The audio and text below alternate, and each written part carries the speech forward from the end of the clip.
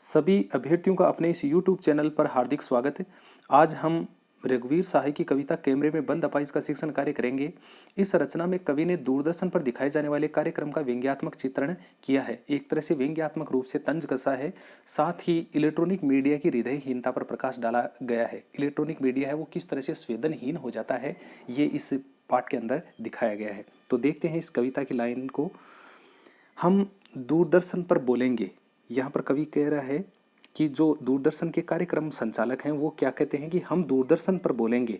हम समर्थ शक्तिवान, वो खुद को इतना ज़्यादा समर्थ और शक्तिवान मानते हैं, यानी अहंकार का भाव है वो जो कार्यक्रम संचालक है उनमें स्पष्ट तौर से दिखाई देता है।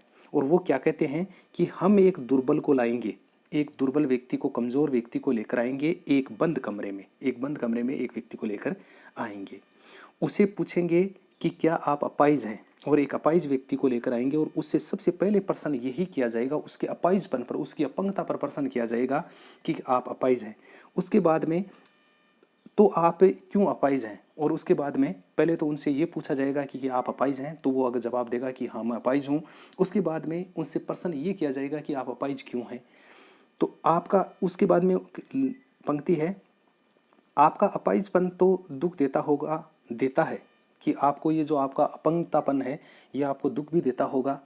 तो या प्रश्न करेंगे कि क्या देता भी है क्या। तो फिर कैमरा दिखाओ इसे बड़ा बड़ा, और उसके बाद में कैमरे वाले को कहेंगे कि ये जो अपाइज व्यक्ति है इसके अपाइजपन को और इसके चेहरे को कैमरे पर बड़ा बड़ा करके दिखाओ। हाँ तो बताइए आपका क्या दुख क्या है, और उसके बाद में उससे ये भी पूछा जाएगा कि आपका दुख है वो क्या है, जल्दी बताइए वह दुख बताइए, और आप है वो जल्दी जल्दी हमें बताइए कि आपका वो जो दुख है वो क्या है। बता नहीं पाएगा, और इतने में जैसे ही उसके दुख की बात करेंगे तो जो अपंग व्यक्ति है वो अपना दुख है वो बता नहीं पाएगा। उसके बाद में सोचिए और बताइए। उसके बाद में जो कार्यक्रम संचालक है वो कहते हैं कि सोचिए बताइए आपको अपाइज होकर कैसा लगता है। उसके बाद में लगातार उस पर दबाव डाला जाएगा और उसको मजबूर किया जाएगा बताने के लिए कि आपको अपाइज होकर कैसा लगता है। कैसा यानी कैसा लगता है, और उसके बाद में उससे पूछा भी ये जाएगा कि आपको अपाइजपन हो लगता तो है लेकिन लगता कैसा है ये बताइए। हम खुद इशारे से बताएंगे कि क्या ऐसा, और उसके बाद में हम जो टीवी एंकर है वो खुद कह रहे हैं कि हम उसके सामने ये भी बताएंगे इशारा करके कि क्या आपको इस तरह से लगता है। तो फिर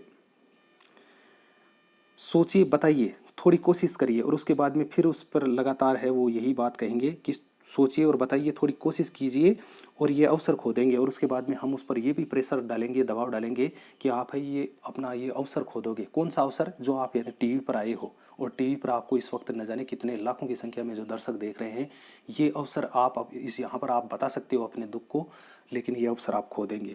आप जानते हैं कि कार्यक्रम को रोचक बनाने के वास्ते, और ये जो कार्यक्रम है ये बहुत ही रोचक पूर्ण तरीके से प्रस्तुत होगा, आपको इस बात का पता होना चाहिए, ऐसा अपाइज व्यक्ति को कहा जा रहा है।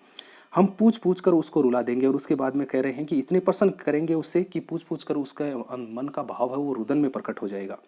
इंतजार करते हैं आप भी उसके रो पड़ने का करते हैं। तो उसके बाद में कह रहे हैं कि इंतजार करते हैं आप भी उसके रो पड़ने का करते हैं। और उसके बाद में ये कहा जा रहा है कि जो दर्शक इसको इस वक्त कार्यक्रम को देख रहे हैं वो भी इंतजार करते हैं कि वो व्यक्ति है वो रोने वाला दृश्य अपना प्रस्तुत करे। और ये प्रश्न नहीं पूछा जाएगा, लेकिन ये प्रश्न नहीं पूछा जाएगा कि आप रोएंगे कब, ये प्रश्न उससे नहीं पूछा जाएगा।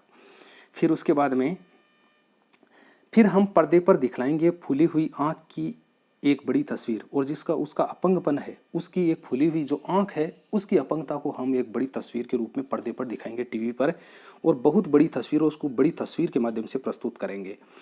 और उसके होठों पर एक कसमसाहट भी है और आशा है आप भी उसकी अपंगता की पीड़ा मानेंगे। और उसके बाद में यहाँ पर ये भी कहा जा रहा है कि जो जितने भी जो दर्शक देख रहे हैं वो भी उसकी अपंगता को जैसे ही बड़े पर्दे पर दिखाया जाएगा तो आप भी मान बैठेंगे कि वाकई में उसके अंदर उसकी अपंगता है।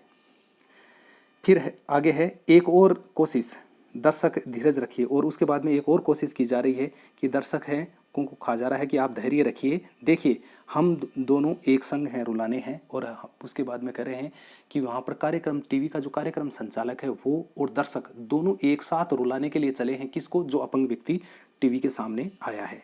फिर आप और वह दोनों कैमरा बस करो नहीं हुआ। और उसके बाद में इतना करने के बाद में भी क्या जो कार्यक्रम संचालक है वो क्या कहता है कि बस करो, नहीं हुआ, कि जो चीज़ हम करना चाहते थे यानी किसको रुलाना चाहते थे वो चीज़ नहीं हुई। तो उसके बाद में वो कार्यक्रम संचालक कहता है कि रहने दो, कार्यक्रम को अब समाप्त करो, कोई मतलब नहीं है, पर्दे पर वक्त की कीमत है। और उसके बाद में कह रहे हैं कि पर्दे पर वक्त की कीमत है, हमारे पास में टाइम है, उसकी बहुत बड़ी कीमत है, ऐसा नहीं हुए।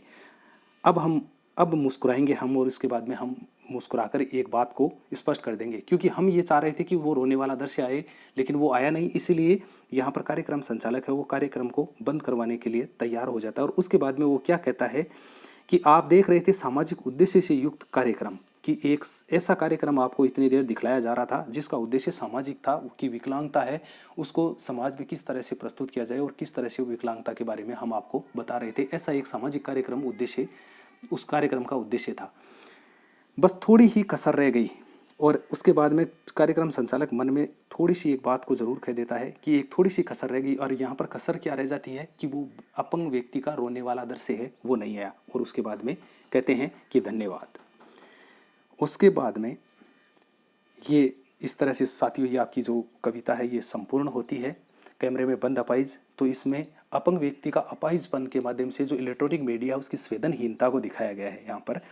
तो इस अध्याय से जुड़े हुए जो भी पर्सन होंगे उनका एक अलग वीडियो है वो बहुत जल्द अपलोड किया जाएगा, जिसको भी आपको देखना है, जिसमें बहुत सारे पर्सन हैं वो आपसे पूछे जाएंगे, जहाँ पर आपको उत्तर देने हैं।